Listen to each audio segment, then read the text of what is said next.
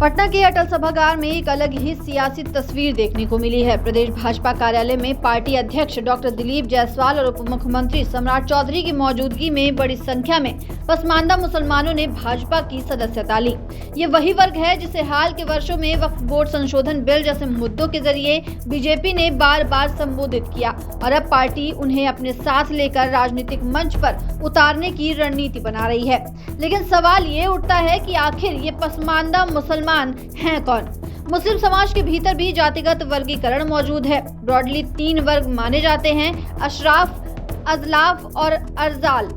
अशराफ समुदाय को मुस्लिम समाज का संभ्रांत वर्ग माना जाता है, जैसे सैयद, शेख, पठान, मुगल और मुस्लिम राजपूत।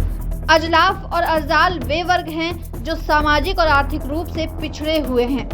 अजलाफ में अंसारी, मंसूरी, कुरैशी, बुनकर, सैफी जैसी जातियां आती हैं, जबकि अरजाल में वो मुसलमान आते हैं जिन्हें सामाजिक व्यवस्था में दलित माना जाता है। इन्हीं 2 वर्गों अजलाफ और अरजाल को मिलाकर पसमानदा मुसलमान कहा जाता है। उनकी आबादी मुस्लिम समाज का लगभग 80% हिस्सा है।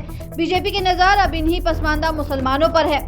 वक्फ बोर्ड संशोधन बिल के जरिए बीजेपी ने सीधे इन मुसलमानों से कुछ बुनियादी और चुभते सवाल पूछे, जैसे वक्फ बोर्ड ने गरीब मुस्लिम बेटियों की शादी के लिए क्या किया? वक्फ बोर्ड की संपत्ति होते हुए भी मुसलमान क्यों सबसे गरीब हैं? भिखारियों में हर चौथा व्यक्ति मुस्लिम क्यों है? आखिर वक्फ बोर्ड की आमदनी और खर्च की जानकारी सार्वजनिक क्यों नहीं की जाती? इन सवालों ने पसमानदा समाज के भीतर एक बेचैनी और जागरूकता पैदा की, जिससे भाजपा को उन्हें करीब लाने का मौका मिला। पार्टी ने न सिर्फ पसमानदा समुदाय को संबोधित किया, बल्कि उन्हें मंच पर लाकर उनके नेतृत्व की नई परिभाषा भी गढ़ने की कोशिश की। जातीय जनगणना के मुद्दे को भी भाजपा ने इसी दिशा में एक हथियार की तरह इस्तेमाल किया। जब जनगणना की बात उठी तो ये स्पष्ट संदेश गया कि अशराफ वर्ग का दबदबा अब पसमानदा नेतृत्व के सामने सवालों के घेरे में है।